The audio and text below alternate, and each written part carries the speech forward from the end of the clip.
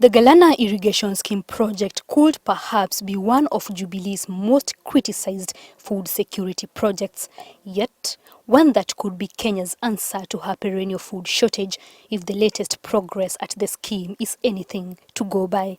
Since last year, 16 varieties of maize have been planted at the scheme, with 6 of them having emerged top as far as production is concerned.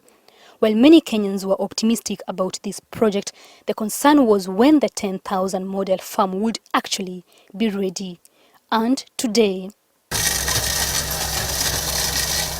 the actual planting at the scheme has begun. This, Water and Irrigation Cabinet Secretary Eugene Wamalwa says, is no longer trial and error. What we have seen today is the latest technology that we have in planting, using the best seeds that we have chosen from the 13 initial varieties and the recent 6 ones. So we are looking forward to a good crop. We're estimating that in another 3 months we should have this crop ready.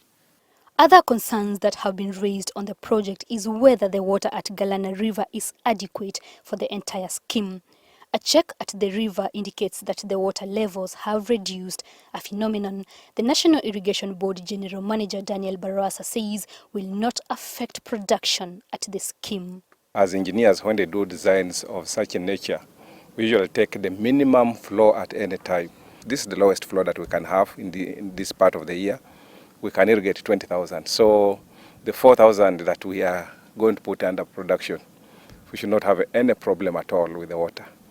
This planter does both the planting of maize and the application of fertilizer at the same time.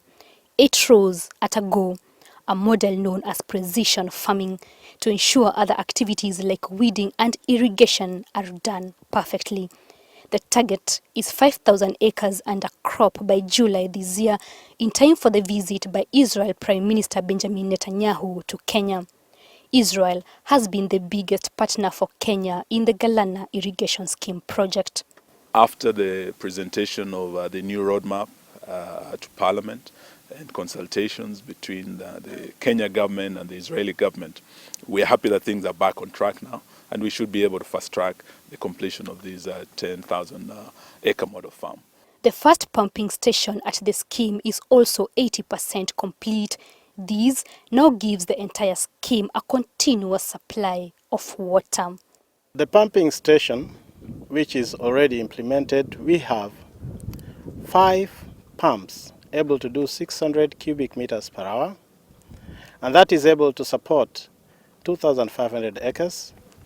We have put infrastructure in place, and we are just waiting for the pumps, extra pumps, which are 3, to arrive within 1 month to 2 months' time. Trials by Green Arava indicate that November, December and January are the hottest months at the scheme, and therefore planting during those months may not be economically viable. The first crop at the scheme, which was the initial trial, yielded 8,324 90 kg bags of maize.